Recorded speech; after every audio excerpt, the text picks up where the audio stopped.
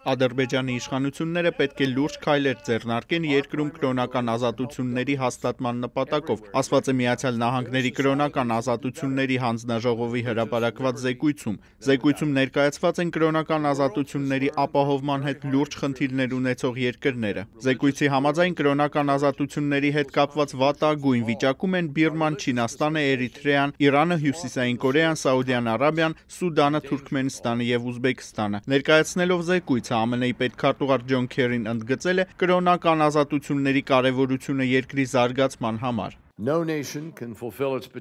մի երկիր չի կարող իր ներուժն իրագործել, եթե տվյալ երկրի քաղաքացիներին արգելվում է ազատ իրականացնել ազատ դավանանքի իրավունքը։ Ինչ վերաբերում է Ադրբեջանին, ապա 2013-ից ի վեր այդ երկիրը պատկանում է կրոնական ազատությունների հետ լուրջ խնդիրներ ունեցող երկրների թվին, որտեղ խախտվում են ոչ միայն մահմեդականների, այլև այլ դավանանքների ներկայացուցիչների իրավունքները։ Միացյալ Նահանգների կրոնական ազատությունների հանձնաժողովի կողմից հրապարակված այս տարվա զեկույցում որպես կրոնական ազատությունների խախտման օրինակ նշված է նաև, որ Բաքվում գտնվող Սուրբ Գրիգոր Լուսավորիչ հայկական եկեղեցին, որն առգրավվել էր հայերից տարիներ առաջ, օգտագործվում է այսօր որպես Ադրբեջանի նախագահի աշխատակազմի պահոց։